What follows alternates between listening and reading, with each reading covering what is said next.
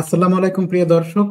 আমাদের প্রতি শনিবারের সেই বিশেষ টেলিকাস্ট বা বিশেষ টক শো, যেটা আমাদের সাথে কথা বলেন আমাদের মোস্তফা কামাল, যিনি আমাদের সবার সম্মানীয়, আমরা সবাই তাকে ভালোবাসি, এমন একজন মানুষের সাথে আমরা আজকে কথা বলবো। বাংলাদেশের চলমান পরিস্থিতি সব নিয়ে খোলামেলা আলোচনা। এখানে আর কি কোনো দলের পারপাস সার্ভ করার জন্য কি বলবে এটা নিয়ে কথা বলা যাবে না, এরকম কোনো আলোচনা আমাদের চ্যানেলে অ্যাটলিস্ট আমরা করতে চাই না।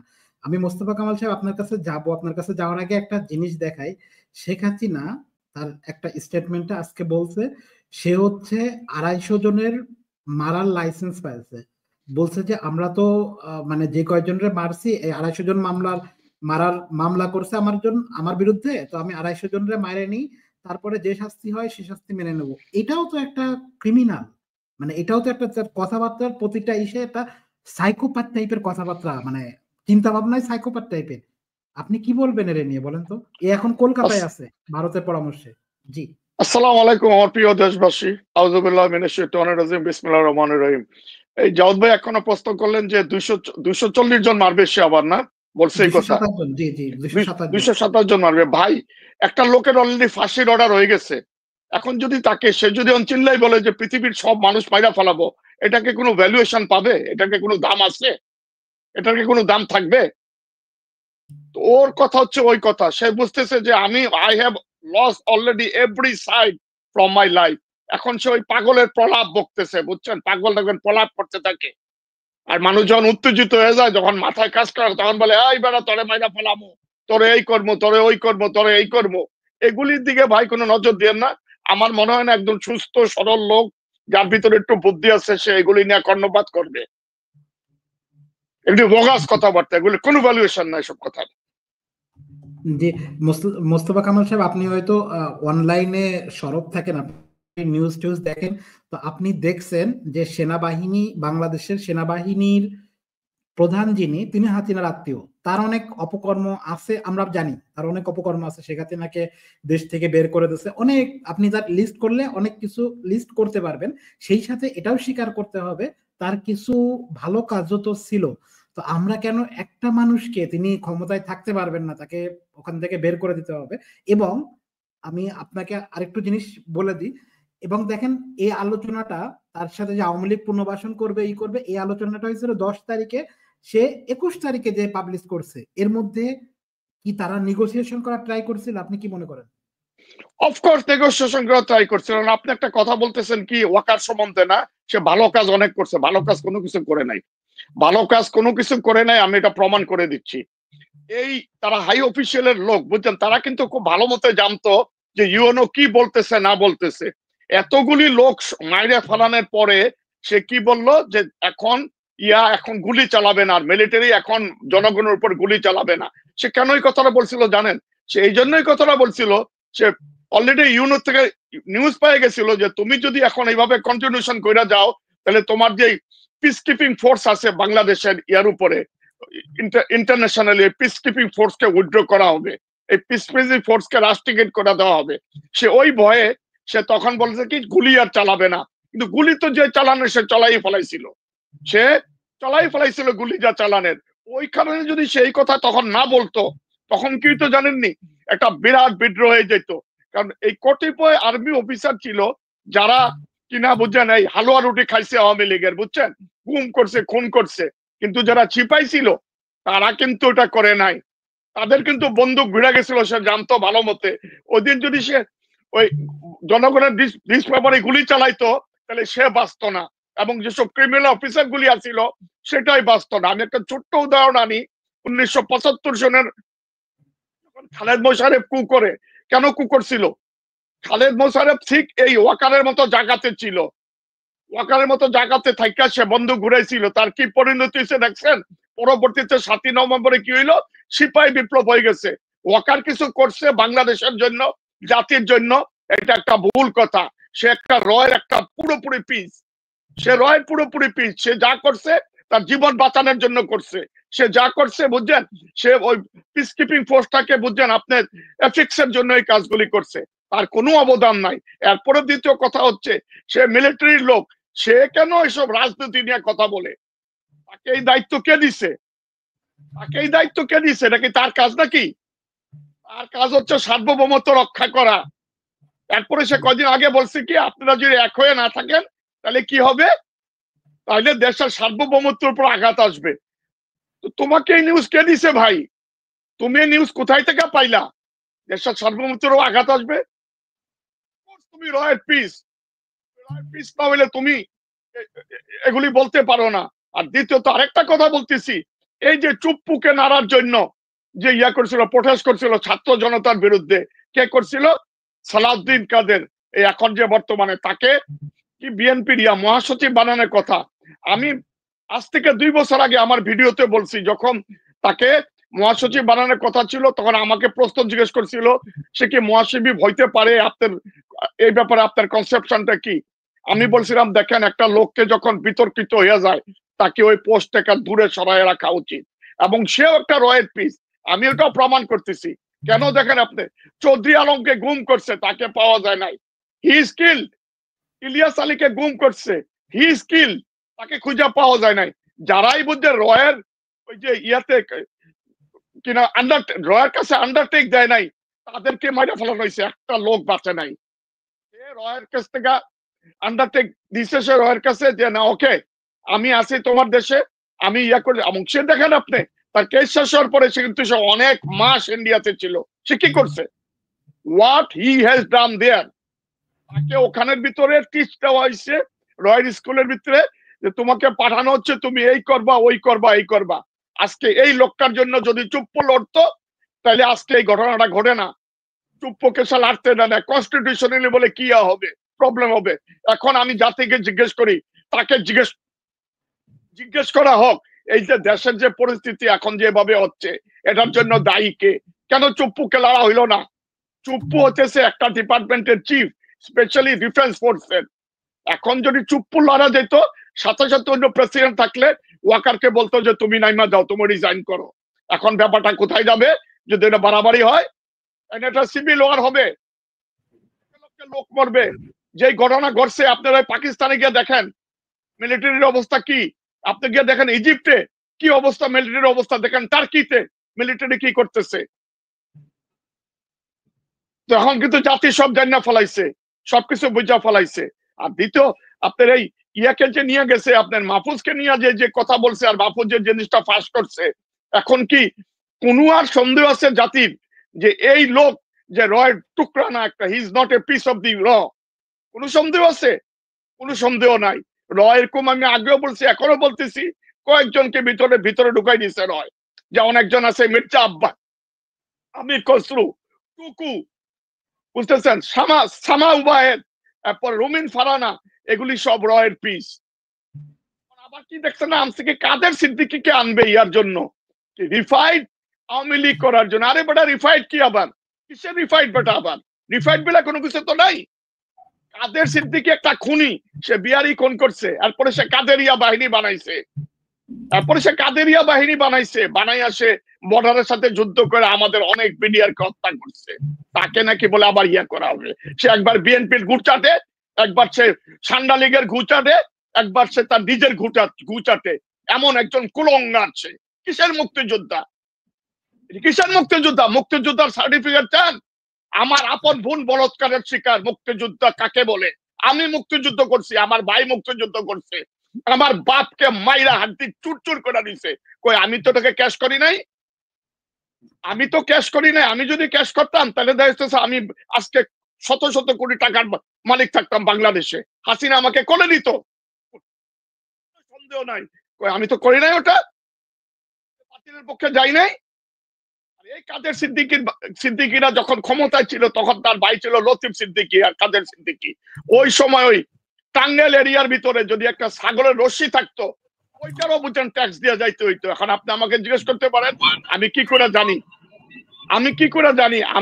জানি? আমি বলি, আমি 2004 সনে তখন আমি মেডিসিন ফ্যাক্টরির একজন বুঝছেন মানে আপনার কোয়ালিটি কন্ট্রোল অফিসার। ওই সময়তে একটা ছেলে আসলো, আসার পরে বলতেছে যে মামা আমার তো কাজ দিতে হয়, কাজ আছে নাকি? কাজ আছে, কিন্তু এগুলি তোমার ম্যানুয়াল কাজ করতে হবে। আমি পারবো করতে।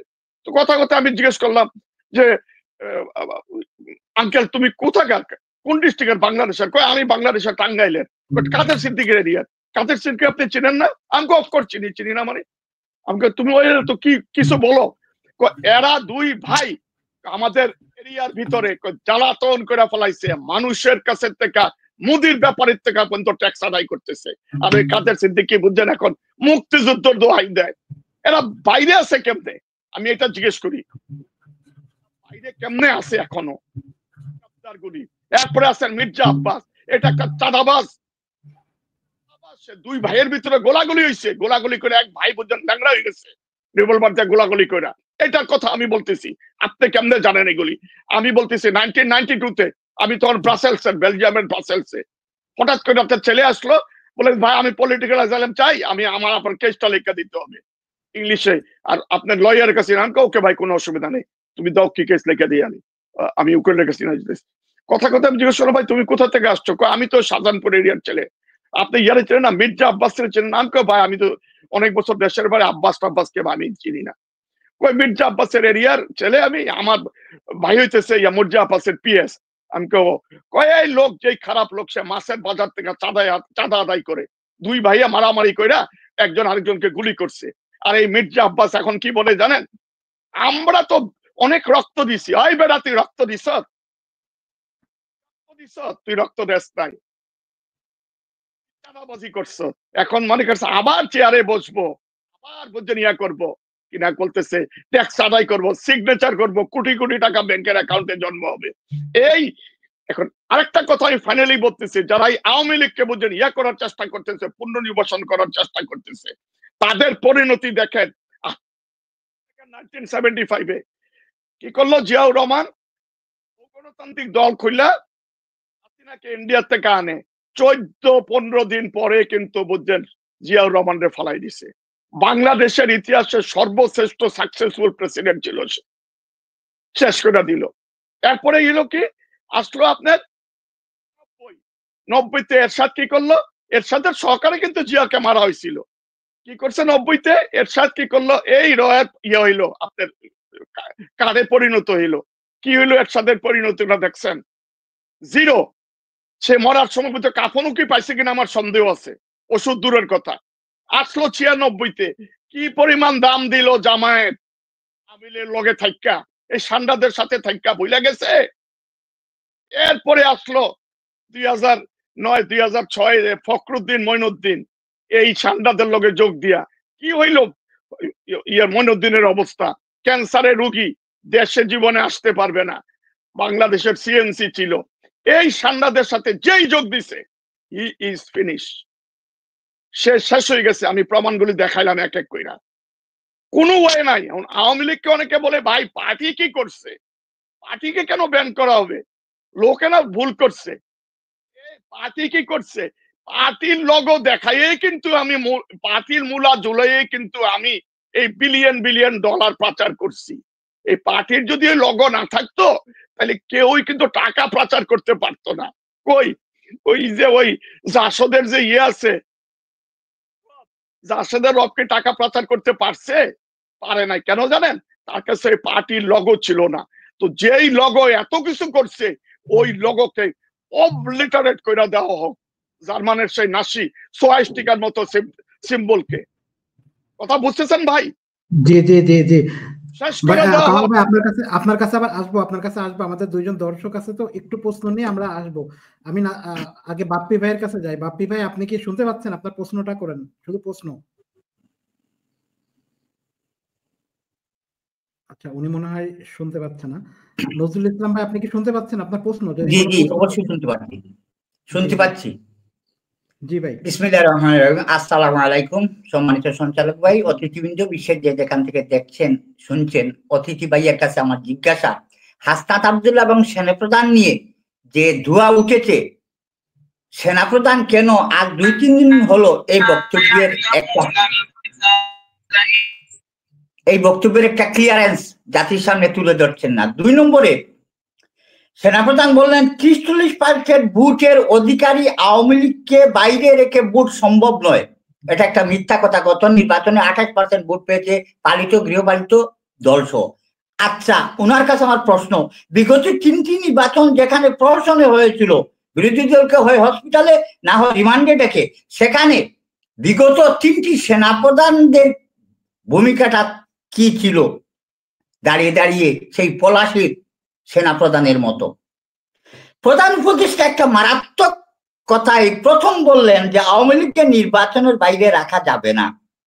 তাহলে তো প্রশ্ন থেকেই যায় যে আওয়ামী লীগ নির্দোষী, তাহলে 5ই আগস্টের আন্দোলনকারীরা যারা হত্যা করেছে তারা ফাঁসির যোগ্য, তারপর গণহত্যায় পুলিশরা যারা নিহত হয়েছে তাদের পরিবাররা ওই পুলিশের হত্যা দাবি করতে পারে। মজার কথা হলো এই ছাত্ররা প্রাণ দিয়ে গদি খালি করলো, আপনি উপদেষ্টা, প্রধান উপদেষ্টা এবং আপনার উপদেষ্টারা তো আপনারা এখনো ক্ষমতায় কেন বসে আছেন? যদি আওয়ামী লীগ যদি প্রশ্নটা যদি থাকে, প্রশ্নটা শুরু করেন। প্রশ্নটা হচ্ছে যে আওয়ামী লীগকে যেহেতু 3বার জাতিকে প্রহসনের ভোটের মাধ্যমে 3বার বিরত রেখেছে, অধিকার বঞ্চিত করেছে, অন্তত পক্ষে 3বার আওয়ামী লীগকে নির্বাচনের বাইরে রাখা, আওয়ামী লীগের কর্মকাণ্ডের উপর ভিত্তি করে কেন আইনি প্রক্রিয়া রিট পিটিশন দাখিল করলে সেটা রিট পিটিশন দাখিলকারীর পক্ষে আসবে না? ধন্যবাদ সবাইকে। আসসালামু আলাইকুম। আসসালামু আলাইকুম। আমি ভাইয়ের প্রশ্নের উত্তর দিচ্ছি। এখন বাংলাদেশের ভিতর 3বার এদেরকে বাইরে রাখছিল ইয়ার থেকে। আওয়ামী লীগ একলা ইলেকশন করছে, বড় পার্টিগুলোর বাইরে রাখছিল। বড় পার্টি ছিল বিএনপি, ছিল জামাত ছিল। বিএনপি জামাতটা কেন কোনো প্রশ্ন আসতেছে না? আমার প্রশ্ন এটা, আমি এটা জানতে চাই। বিএনপি জামাতের কি আপনি প্রশ্ন করতেছেন? একটা সিঙ্গল লোক, আমি করতেছি, কিন্তু বিএনপি জামাতের কি প্রশ্ন আসছে? ভাইয়া আমি উত্তর দিয়ে দিচ্ছি, সন্ধ্যার করে বেয়াদবি নেবেন না, আমি আগে পিছিয়ে যাচ্ছি না। এখন যারা নেতার গুড়া ভোট সংস্কার বলে, যায় না বুঝা মতি গতি, কোন খেলা কোন দলে, বেফাস বলি নিত্য বলি ছড়িয়ে অন্তর্দ্বন্দ্ব, একে অন্যের জাঙ্গি খুলে ঢেলে দুর্গন্ধ, আগ্রাসীরা সেই ইস্যুতে সিও স্বার্থের ইন্ধন, জাতির ঐক্যে ধরিয়ে ফাটল দল কিংক্লানি বন্ধন, এবার জাতি রুখবে অতি মির্জাফরি রুল, হুঁশিয়ার সাবধান সুদা সুদের ভুল। আপনার এই প্রশ্নের সাথে আমি একমত। বিএনপি এবং জামাত কেন পীরগালা হত্যা, শাপলা হত্যা, সম্প্রতি ছাত্র জনতা হত্যা, 22 লক্ষ কোটি টাকা পাচার, 6 লক্ষ কোটি টাকা ঋণের নামে আত্মসাৎ, এগুলো কেন? নজরুল ইসলাম ভাই, আপনার প্রশ্নের উত্তর, আপনার সবগুলো আপনি খুব ভালো কথা বলছেন। আমরা বাপ্পি ভাইয়ের কাছ থেকে শুনে একবারে কামাল ভাইয়ের কাছে যাবো। বাপ্পি ভাই, আপনার যদি কোনো প্রশ্ন থাকে ভাই। আসসালামু আলাইকুম। আমি যারা সবাইকে আমার সালাম ও অভিবাদন। আমার একটা প্রশ্ন হচ্ছে, উপদেষ্টা ফজলুল করিম যে আওয়ামী পন্থী, মানুষ, হ্যাঁ, যে উল্টাপাল্টা কথা আসলে বোঝা যাচ্ছে না ভাই, কথা মনে হয় হচ্ছে। কামাল ভাই, আপনি যদি প্রশ্নটা আপনি বুঝতে পারছেন। কামাল ভাই, আমি বুঝতে পারি নাই, আমারে বলেন, আমি উত্তর দিচ্ছি। আমি বুঝতে পারি নাই ভাই। ইসলাম ভাই বলছেন যে আওয়ামী লীগ এরা হচ্ছে সবাই একে, ওনার প্রশ্নের ধরনটা হচ্ছে একে, মানে সব কটা যে কটা বাটপার আছে সবগুলা বিভিন্ন দলে ঢুকে গেছে এবং দলের মধ্যে মানে আমাদের যে ঐক্য ছিল সেটার মধ্যে ফাটল ধরা আছে। দেখেন কামাল ভাই, আমাদের যেই অ্যানালাইসিস এটা হচ্ছে আগে শেখ হাসিনার আমলে যে আইনটা ছিল যে কোনো হিসাবে দল হিসাবে বিচার করা যাবে, সেই আইন পরিবর্তন করছে ডক্টর ইউনূসের আসিফ নজরুল ইসলাম। কি বলবেন আপনি? আমি তো বলতেছি ভাই, এরা ভাই ওই ভারত প্রেম এবং এগুলি রয়ের একজন বুঝছেন সাপোর্ট, এনা বলার বুঝছেন, এবং রয়ের একজন করে পিস। তো এখানে তো কিছু করা থাকতে পারে না। জানো তো, ছাত্র জনতা তো ইনিশিয়েটিভ নিছিল, এটার একবার না কয়েকবার নিছিল, কিন্তু এদের কারণে পারে নাই। এরা নাকি বৃহত্তম দল। এখন দেখেন ভাই, আমি একটা কথা বলি, জিয়াউর রহমানের পরিণতি কিন্তু ভুলা যায় নাই, ভুলা যায়েন না। এরশাদের পরিণতি কিন্তু ভুলা যায়েন না, মনুদ্দিনের পরিণতি কিন্তু ভুলা যায়েন না, জামাতের পরিণতি কিন্তু ভুলা যায়েন না। এখন আবার তাদের পরিণতি এই হবে, তাদের পরিণতি আবার এই হবে। করবে কে? ওই নিরীহ জনতা। দেখছেন খালেদা জিয়া যখন বন্দী অবস্থায় ছিল, তখন কি করছে এই বৈরাগী কান্দে হাত উঠায় হাঙ্গার স্ট্রাইক করে হাসিনার কাছে, বুঝছেন, তাকে বিদেশে পাঠানোর জন্য। হাসিনা কি পাঠাইছিল? হাসিনা পাঠায় নাই। এখন তারা কি দাবি করে জানেননি? তারা কি বলে মেইন স্টেক হোল্ডার এই রেগুলেশনের মেইন স্টেক হোল্ডার। ছাত্র জনতা কি বলে নাই আমরা খালেদা জেলের থেকে বাইর করছি? এ থেকে কোনো মিথ্যা কথা? কিন্তু তারা এটা মানতে রাজি না। এই লোকগুলি ভাই সবখানে ঢুকে রয়েছে। আমি কোনো মন্তব্য করতে পারতেছি না, না করবো। এটা মেইনলি হচ্ছে আমাদের চুপ্পু যদি আজকে না থাকতো তাহলে এই ঘটনা ঘটে নাই। এদেরকে হেচ্ছাড়াই আনেন, জাতি হেচ্ছাড়াই আনেন, যারা চুপ্পুকে লড়ার জন্য করছিল, বিরোধিতা করছিল, তাই না আনেন এদেরকে। কোন আদালতে বিচার করেন। মব ভায়োলেন্স, আমার রাইট পাই নাই, আমার রাইটের জন্য আমি ফাইট করব। এটা কোনো মব ভায়োলেন্সের কোনো কিছু না। মব ভায়োলেন্স হয় যদি ব্যক্তিগত রেশারেশির কারণে, যদি বুঝেন কেউকে কোনো কিছু করা হয়। এটা জাতিগত স্বার্থ, এটা জাতিগত বেনিফিট। জি কামাল ভাই, আমাদের আরো কিছু প্রশ্ন আছে। আমাদের প্রশ্ন হচ্ছে, আমরা দেখতে পাই গোবিন্দ্রচন্দ্র প্রামাণিক, যিনি ভারতের নামকরা একজন দালাল, তাকে যখন জামাতের অনুষ্ঠানে ফুলের মালা দিয়ে বরণ করা হয় আমরা হতাশ হই। সাথে গোবিন্দ্রচন্দ্র দাবি করছেন বাংলাদেশের বাজেটের একটা অংশ হিন্দুদের জনগোষ্ঠীর জন্য ব্যয় করা লাগবে এবং তাকে ওই হিন্দু জনগোষ্ঠীর জন্য আলাদাভাবে মানে আলাদা একটা সংসদে আসন দেওয়া লাগবে, যেখানে আমরা ভারতে দেখি এমন কোনো ব্যবস্থা নাই, জার্মানিতে এমন কোনো ব্যবস্থা নাই। জার্মানিতে আপনি যদি সংখ্যালঘুদের প্রোটেকশনের জন্য এত চিল্লান, জার্মানিতে একটা দল, আপনি জানেন এই কাহিনী, একটা দল সরাসরি ইস্তেহারেই বলছে এন্টি মুসলিম। তো তা সেই ক্ষেত্রে সংখ্যালঘু নির্যাতন হয় না, শুধুমাত্র বাংলাদেশের ক্ষেত্রে হয়ে গেল। মানে কি বুঝাচ্ছেন আপনারা, আমরা বুঝতে পারছি না। এগুলি ভাই ওই ইন্ডিয়ার থেকে সেট করা কাগজ, বুঝছো না? কাগজগুলি শুধু সে পড়ে, সে যে ইন্ডিয়ার দালাল না, সে একজন ইন্ডিয়ার লোক। আমি বলবো, আমি তো সন্দেহ করি তার ডাবল সিটিজেনশিপ আছে। সে কিন্তু অনেক আগে বলছিল, বুঝছেন, মন্দিরে যাইয়া, বুঝছেন, অখণ্ড ভারতের কথা আমরা চিন্তা করতেছি, অর্থাৎ বাংলাদেশকে আবার ইন্ডিয়ার ভিতরে ঢুকানোর কথা চিন্তা করতেছি। সে মধ্যে দিয়া, বুঝছেন, এমন প্লে করলে একবার লেফটে যায়, একবার রাইটে যায়, বুঝছেন, একবার ফ্রন্টে যায়, একবার ব্যাকে যায়, একবার, বুঝছেন, মানে ফিক্স হয়ে দাঁড়ায়। তো এগুলি কিন্তু ধরমদার লোক, এগুলি ধরমদার লোক, বুঝছেন। এদেরকে ব্যাক করতেছে কমপ্লিটলি ইন্ডিয়া। সে ইন্ডিয়ার যে কথাটা ওইটাই সে প্রচার করতেছে। সে মাইনরিটি চায়, মাইনরিটিটার কি ইয়া নাই, কোটা কি বাংলাদেশে নাই? চাকরির ক্ষেত্রে যাইয়া, সব ক্ষেত্রে যাইয়া আছে। আবার সে কি একটা বাজেট, কিসের বাজেট জন্য করবে? কামাল ভাই, মাইনরিটিরে আপনারা জামাই, মানে বাংলাদেশের জামাই বানাই ফেলছেন, মানে গণজামাই। মাইনরিটির জন্য কি জন্য কোঠা রাখতে হবে একটু বলেন তো? মাইনরিটির কোটা রাখতে হইবে এই কোনো, হয়তো মনে করতে পারে যেটা ডিসক্রিমিনেশন হইতে পারে। 1% 2% কোটা থাকতে পারে। এটা হ্যান্ডিক্যাপদের মতো, যারা ডেভেলপমেন্ট আছে, হ্যান্ডিক্যাপ্ট আছে, তাদের মতো কোটা 1% 2% থাকতে পারে। এটা কোনো খারাপ না, কিন্তু একটা বাজেট তাদের জন্য নিযুক্ত করতে হবে। সে কি বলতে চায়? কতক্ষণ পরে বলবে যে পুরা বাংলাদেশটাই, বুঝছেন, এদের মাইনরিটির।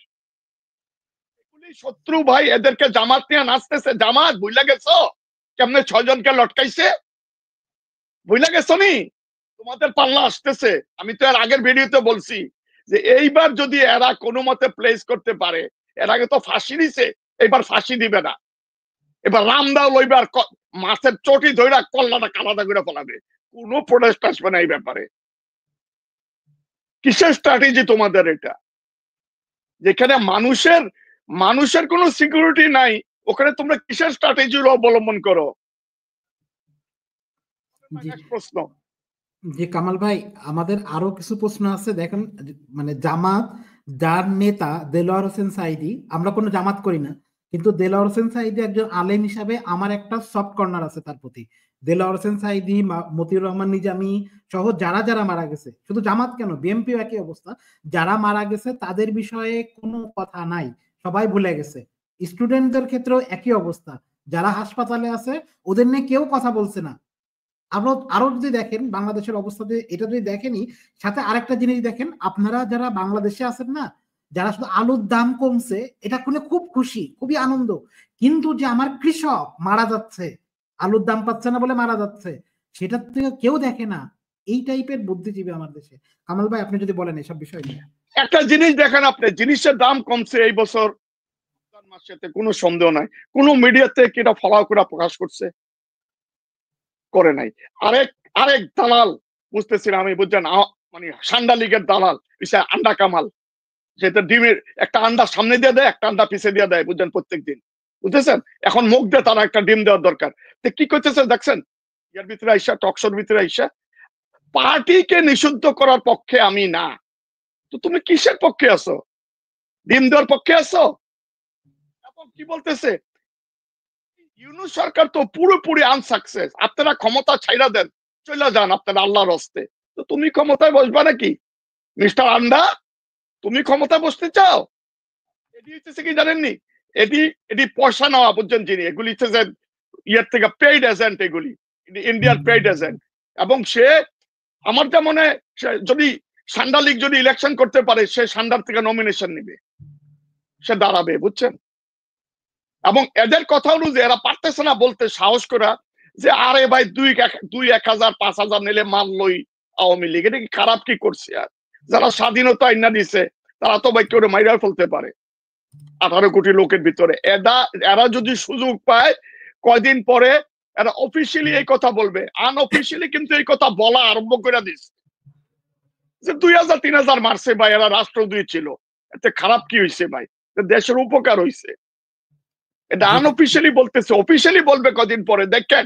এই জামাত তারা এই কথা বলবে, এই বিএনপি তারা অফিসিয়ালি এই কথা বলবে। জি মোস্তফা কামাল ভাই, আমাদের আরেকটা প্রশ্ন আছে ডক্টর আসিফ নজরুল নিয়ে। আমাদের উনি শিক্ষক, ওনাকে নিয়ে আমরা বাজে ভাষায় কিছু বলতে যাচ্ছি না, কিন্তু উনি আমার শিক্ষক। না না না না না, আপনাকে বাজে ভাষা বলতে হবে, বাজে লোক সম্বন্ধে বাজে ভাষা না বললে এটা হয় না।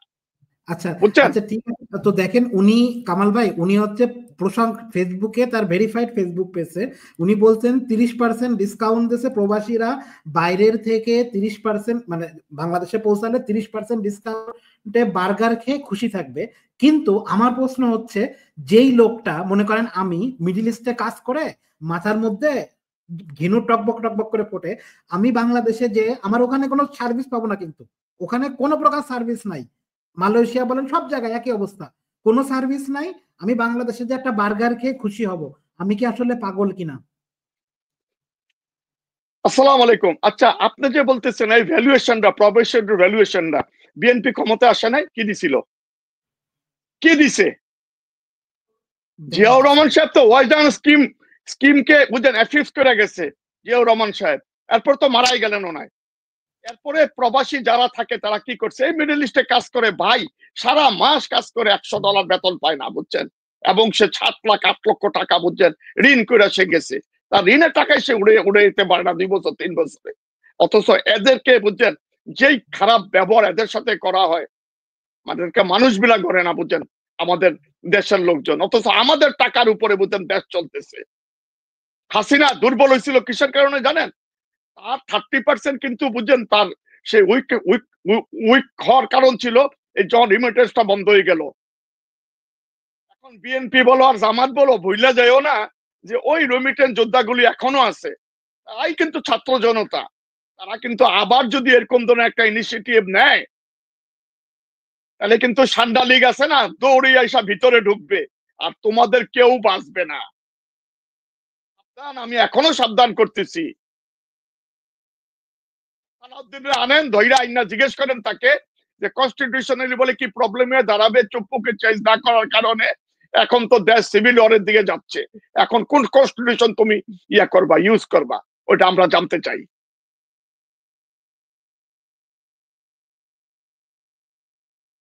চিন্তা করতে পারেন ওয়াকার কি বলতেছে, কি অমুক পার্টি রাজনীতিতে আসবে, অমুক পার্টি আসবে না, এই করবে। তোমার কাজ কি এটা নাকি? তোমাকে কি এই কাজের জন্য দেওয়া হয়েছে? করছে একজন ওয়াকার সম্বন্ধে কি সুনাম করছে, ওরে বাবা, ওয়াকার না থাকলে আমাদের এই হইতো। আরে ওয়াকার নিজের জান বাঁচানোর জন্য এটা করছে। এই কথাটা কে বলছিল জানেন? এটা বলছিল আমাদের বিশিষ্ট সাংবাদিক, প্রবাসী সাংবাদিক ডক্টর কনক সারোয়ার বলছিল এই কথা, যে ওয়াকার যা করছে সে তার জীবন বাঁচানোর জন্য করছে। সে যদি ভালোই হইতো তাহলে সে হাসিনাকে যাইতে দেয় না। পুরোপুরি জিনিসটা ইন্ডিয়ার সাথে আগেই বুঝছেন এটাকে ফিক্স করে ফেলা হয়েছিল এবং ওই অনুযায়ী সে কাজ করছে। যেই লোকের হার্টে প্রবলেম, যেই লোকে হার্টের প্রবলেম লোককে 8 জন লোককে টপকাইয়া তাকে সিএমসি বানাইছে। শেখ হাসিনা আত্মীয়বাদ, ওইটা আমি ধরবো না। জি কামাল ভাই, আমাদের আরেকটা জিনিস দেখায় আপনাদের, আপনার নতুন যে এই এনসিপি যে দলটা হয়েছে, এই দলে এরকম আওয়ামী লীগ, বুঝছেন, ইনি হচ্ছে আওয়ামী লীগের খুনি, সরাসরি খুন করছেন, এই টাইপের আওয়ামী লীগের লোক আপনি যদি বাদ দেন এনসিপি থেকে 1-150 লোকও খুঁজে পাওয়া ডিফিকাল্ট। নতুন দলে বেশিরভাগ গুলাই আওয়ামী লীগের থেকে আসা মানুষ। তো এই দল নিয়ে আমরা কি স্বপ্ন দেখবো? স্বপ্ন ভাই আমি দেখতেছি না, আমি সবখানে অন্ধকার দেখতেছি। I am looking no light at all there. আমি কোনো ইয়া দেখতেছি না। আমি এই জাতির ইয়া হবে না, ভাগ্যের পরিবর্তন হবে না, এই জাতের ভাগ্যের পরিবর্তন হবে না, কারণ এই জাতি নিজের ভাগ্য চেঞ্জ করতে চায় না। ফিনিশ। কোন জাতি যদি তার ভাগ্য চেঞ্জ করতে না চায়, আল্লাহ তাআলা ভাগ্য চেঞ্জ করে না। আমি কোন রকমের কোনো ইয়া দেখতেছি না ভাই, আশার কোনো আলো আমি দেখতেছি না। যা একটু আশার আলো দেখছিলাম মানে হাসিনা চলে যাওয়ার পরে, এখন দেখতেছি যে এটা পুরোপুরি বোমেরাং হয়ে দাঁড়াইছে, বুঝছেন। এটা আমার কাছে মনে হচ্ছে, আমি বলতেছি আমার কাছে মনে হচ্ছে ওইটাই ঠিক আছে, যে 6 লক্ষ লোক মারা যাবে, বুঝছেন, একটা ইয়া ছিল না, পারসেপশন ছিল না। ওই 6 লক্ষ লোকের যে পারসেপশনটা না, বুঝছেন, আমি গত ভিডিওতে বলছি যেটা ব্যাংকের ভিতরে অ্যাকাউন্টে জমা অবস্থায় আছে, ওইটাই হবে, ওইটাই হবে এবং ওইটাই হওয়া উচিত। রেগুলেশন হইলে এই হয়। জি কামাল ভাই, আমাদের হইলে এই হয়। জি কামাল ভাই, আমাদের সর্বশেষ প্রশ্ন, যে দেখেন কামাল ভাই, আমরা জামাত ইসলামের এগেনস্টে না, বিএনপির এগেনস্টে না, কারোর এগেনস্টে না, আমরা বাংলাদেশের জনতা হিসেবে প্রশ্ন করতে চাই, জামাত ইসলাম বারবার মানে রাজনৈতিক ভুল, পলিটিক্যাল মিস্টেক করার ফলে বাংলাদেশ সাফার করছে, এটা সম্পর্কে আপনি কি বলবেন? প্রতি ক্ষেত্রেই আপনি মনে করেন পলিটিক্যাল মিস্টেক, তার নেতা মেরে ফেলছে ভারত, সরাসরি 6-7 জন নেতাকে ঝুলাই ফেলছে, সে ভারতের সাথে অফিসিয়াল স্টেটমেন্ট দিছে আমি ভারতের সাথে বন্ধুত্ব চাই। আচ্ছা আমি বলতেছি, আপনি তাদের যদি ইয়া হয়, তাহলে আপনি 71 এর তাদের ইয়াটা দেখেন, তাদের স্ট্যান্সটা যে ছিল 71 এর স্ট্যান্সটা দেখেন। তুমি কেন স্ট্রেস নিতে যাও? তোমার পছন্দ হয় না, চুপ করে বসে থাকো, কেন পাকিস্তানের ফেভারে যাও? ওয়াই? কেন পাকিস্তানের ফেভারে যাও? পৃথিবীর ভিতরে যদি কোনো ঘৃণিত লোক থাকে ওটা হচ্ছে পাইকার আমার কাছে। আমি বলছি আমার জন্ম পাকিস্তানে হইছে, আমার বাবারে কোর্ট মার্শাল করে ফাঁসির অর্ডার দিয়ে দেওয়া হয়েছিল, বুঝছেন, যেমনি হোক আল্লাহ তাআলা আমার বাবা আব্বারে বাঁচাই আনছিল ওখান থেকে। এই জাতি যে কি খারাপ জাতি ওটা আমি জানি। ওদের সাথে তুমি কেন যোগ দাও যাইয়া? তুমি কেন বলো মানতে চাই না? আজকে তুমি বলো কি ইন্ডিয়ারে বলতেছে খুশি রাখার জন্য, কি বলতেছে ভাই? এখন বন্ধুত্ব চাই ইন্ডিয়ার সাথে, প্রতিবেশী হিসেবে তারা বন্ধুত্ব সম্পর্ক চাই। ভাই একটা কথা বলি, বুঝছেন, বলৎকারের তকমা যখন গায়ে লাগা যায় না, বুঝছেন, আপনি যত চেষ্টাই করেন না, ওই তকমা কিন্তু আপনি উঠে ফেলাইতে পারবেন না। এটা কিয়ামত পর্যন্ত চলতে থাকবে। আপনি সাধু এখন ভালো, এখন ওকে মানে, কিন্তু আপনার আগের স্টোরিটা কি? আপনারা যদি ওই সময় যদি এই পাকিস্তানের সাথে না থাকতেন বা না ইয়া করতেন, তাহলে কিন্তু বাংলাদেশের ভিতরে, বুঝছেন, আজ অনেক কম লোক ইয়া হয়, শহীদ হয়, অনেক কম, বুঝছেন, র্যাপ হয়, মার্ডার হয়।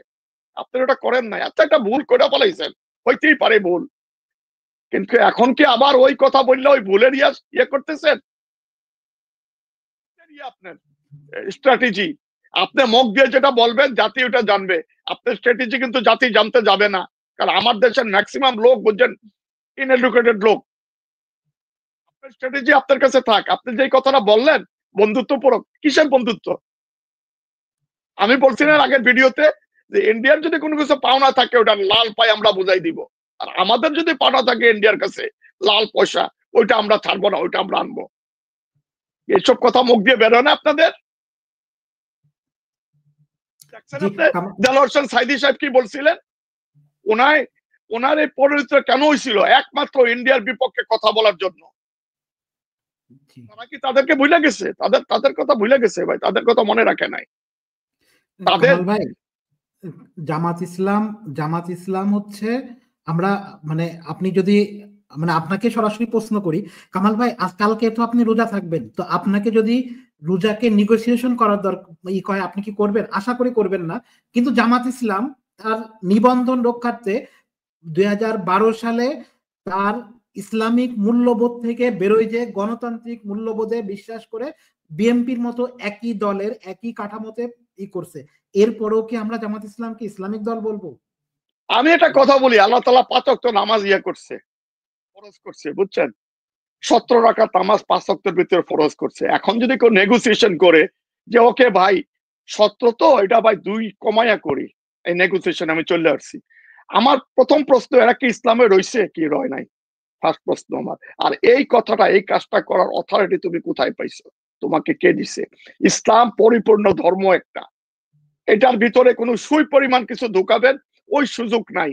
কোনো কিছু ঢুকাইলে আল্লাহ তাআলা হাদিসে স্পষ্ট বলে দিছে কি, every innovation, every new thing is innovation and every innovation is the way of hellfire. অর্থাৎ প্রত্যেকটা নতুন সংস্কার হচ্ছে একটা করে বেদাত, ইসলাম থেকে আউটের একটা জিনিস, এবং প্রত্যেকটা বিদাত হচ্ছে জাহান্নামের একটা রাস্তা।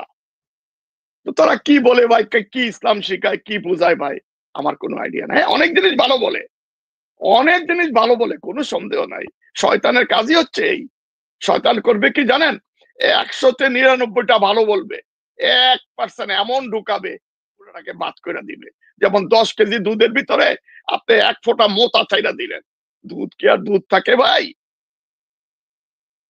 আমি বুঝি না। আমি ভাই দেখতেছি দেশ ভাই সংঘাতের দিকে যাচ্ছে, আমি দেখতেছি দেশ সিরিয়ার মতো হইতেছে, আমি দেখতেছি দেশ বুঝেন মিশরের মতো হচ্ছে, আমি দেখতেছি দেশ বুঝেন পাকিস্তানের মতো হচ্ছে, আমি দেখতেছি দেশ টার্কির মতো হইতেছে।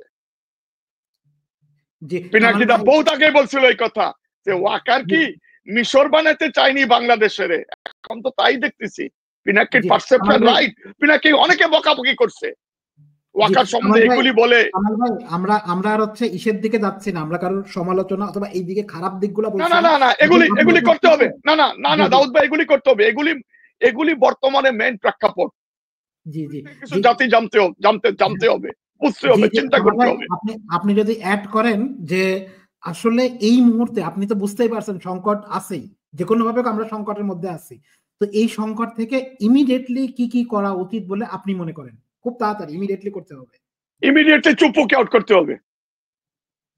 চুপ্পুকে আউট করে এমন একজন নিউট্রাল লোক বসাইতে হবে চুপ্পুর জায়গাতে, যে বুঝছেন আপনার ওই যে মিলিটারি ডিপার্টমেন্টটাকে বুঝছেন যে ডিল করতে পারে, এবং ওই মিলিটারি ডিপার্টমেন্টটা ডিল করার পরে বুঝেন সাথে সাথে ওয়াকারকে রিজনে পাঠাবে, এবং এই মিলিটারির ভিতরে যেসব ক্রিমিনাল গুলি আছে বুঝছেন, উচ্চস্থানীয় ক্রিমিনাল, ওই ক্রিমিনাল গুলিকে বুঝেন ধৈরা বুঝেন বিচারে আয়তায় আনবে।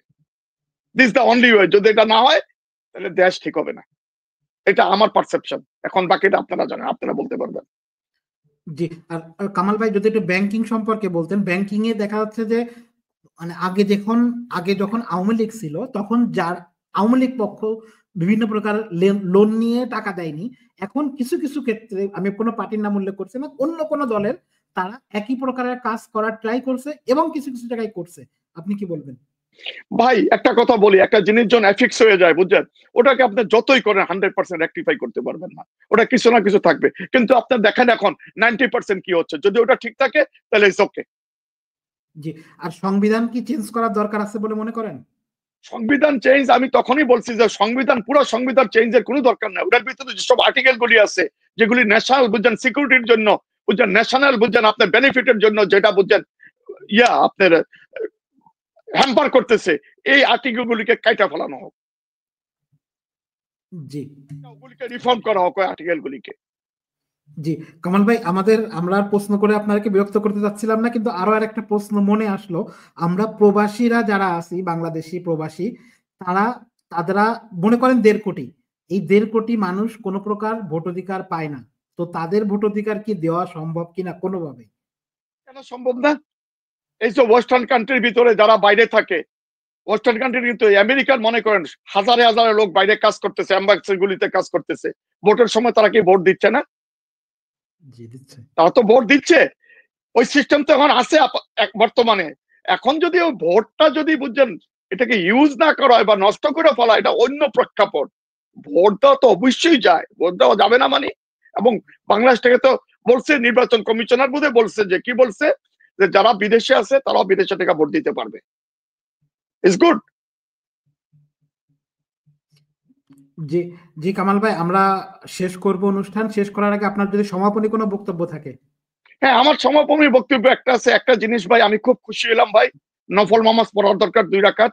এই যে আবরার হত্যাকাণ্ডের বুঝেন 24 জনের 20 জনের ফাঁসি অর্ডার যে বুঝেন রাখছে, কার্যকর করছে বুঝেন, আর 4 জনের যাবজ্জীবন কারাদণ্ড। আমি আল্লাহর কাছে হাতরে আলহামদুলিল্লাহ বললাম।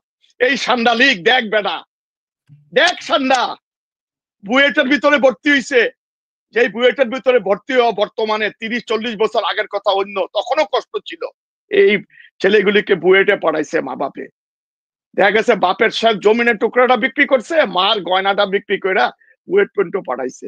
আর তারা সান্ডা লিগে যুক্ত হয়ে কি করলি, একজন নিরীহ লোককে মারলি। আর আবহাওয়াটা তো সামনে চলে আসছে, এরকম যে কতজন মারছে হাসিনা বিবির নির্দেশে, ভারতের নির্দেশে, ওটা তারাই জানে বুঝছেন। এটা সামনে চলে আসলে না, এটা রেজাল্টটাই দাঁড়াইল। এখন যে 24 জনের ফাঁসি হয়ে যাইতেছে, ফাঁসি হয়ে যাবে, আর 4 জনের যে যাবজ্জীবন কারাদণ্ড হয়ে যাবে। এখন তোমার মা কে আছে, তোমার জারোজ মা, তোমার জারোজ মারে ফোন করে বলো যে আমাদেরকে তো ফাঁসি দেওয়া হচ্ছে। জারোজ বাপ মুদ্রা রেখো, ফাঁসি দিয়ে দেওয়া হইতেছে, এখন জারোজ আব্বা আমাদেরকে বাঁচাও। এইটার থেকেও যদি সান্ডা লীগ যদি কোনো লেসন না নেয়, তাহলে আর কিছুই করার নাই। এইভাবে ফাঁসি হইতেই থাকবে। আহারে, মায়ে পড়াইছে, বাপে পড়াইছে বুয়েটে পড়ার জন্য, এখন মা বাবা আসবে লাশ নিয়ে যাওয়ার জন্য। আল্লাহর বিচার বলে দিছে বুঝছেন, the vengeance of your lord is very severe.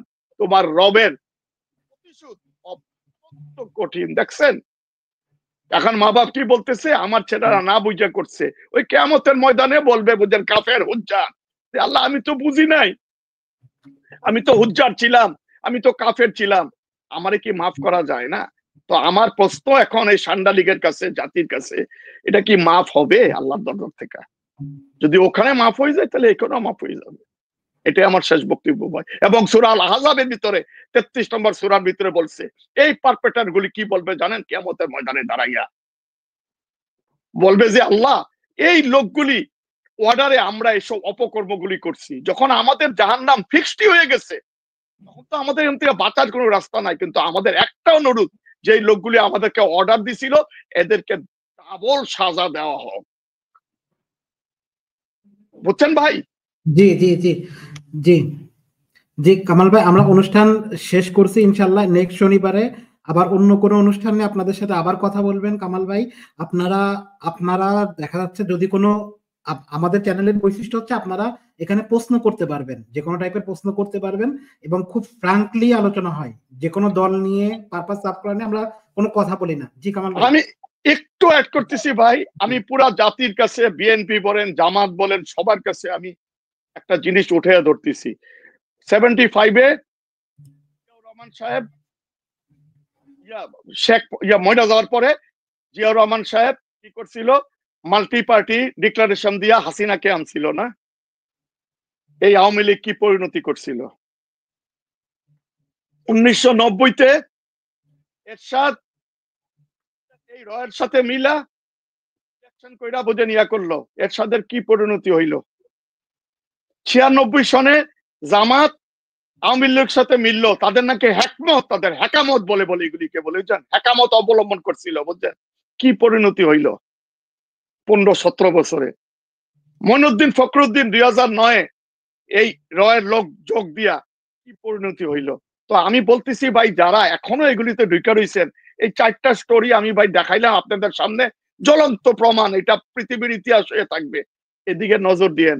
আপনারা মনে করেন না যে আপনারা এখন যদি হয়তো আওয়ামী লীগ ঢুকা পড়বে বা করবে, আপনারা ওই জিনিসগুলি থেকে বাঁচা যাবেন? আপনারা বাঁচতে পারবেন না, আপনাদের পরিণতি আরো খারাপ হবে। বিকেয়ার, এটাই আমার ভাই একজন সচেতন নাগরিক হিসাবে আপনাদেরকে বোঝান, জানানোর দরকার ছিল। আমি জানাইছি। আমি যে কথা বলি, আমি সব কথা প্রমাণ দিয়ে বলি, আমি কোনো কথা অপ্রমাণ দিয়ে কথা বলি না, আমার নিজের থেকে আমি কোনো কথা বলি না। জি, এটাই আমার কথা ভাই। হ্যাঁ জি, আপনাকে অনেক ধন্যবাদ। আপনি ভালো থাকবেন। নেক্সট শনিবারে ইনশাল্লাহ আবার অন্য টক শো নিয়ে, অন্য কোনো বিষয় নিয়ে আপনার সাথে কথা বলবে আমাদের দর্শকরা। কিন্তু দেখেন, আমাদের চ্যানেলের বৈশিষ্ট্য হচ্ছে এখানে সবাই এসে কথা বলতে পারবে, ফ্রিডম, আপনি যে কোনো কিছুই নিয়ে প্রশ্ন করতে পারে আমাদের অতিথিদেরকে।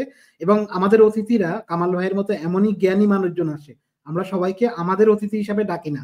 আমাদের এটা বিজনেস পারপাস অথবা কোনো দলের সার্ভ করা আমাদের উদ্দেশ্য না, যে কারণে আমরা সবাইকে ডাকি না। তো আপনারা অন্য কিছু মনে করবেন না। আমাদের কথা হচ্ছে শুধুমাত্র দেশের মানুষগুলা ভালো থাকুক। কোনো দলের সার্ভ করা অথবা বাংলাদেশের যে কোনো দল থেকে এক কাপ চা খাওয়া, এটা আমারও উদ্দেশ্য না, কামাল ভাইয়ের উদ্দেশ্য না, এটা আমাদের কখনোই উদ্দেশ্য না। শুধু বাংলাদেশের মানুষগুলা যাতে ভালো সার্ভিস পায়, এটাই আমাদের উদ্দেশ্য। কোনো দলের এগেনস্টও না, কোনো দলের পক্ষেও না। সবাই ভালো থাকবেন, আর ইনশাল্লাহ নেক্সট শনিবারে দেখা হবে। আর কালকে আমাদের একটা অনুষ্ঠান থাকবে, ইনশাল্লাহ দেখবেন। সবাইকে শুভরাত্রি, আল্লাহ হাফেজ।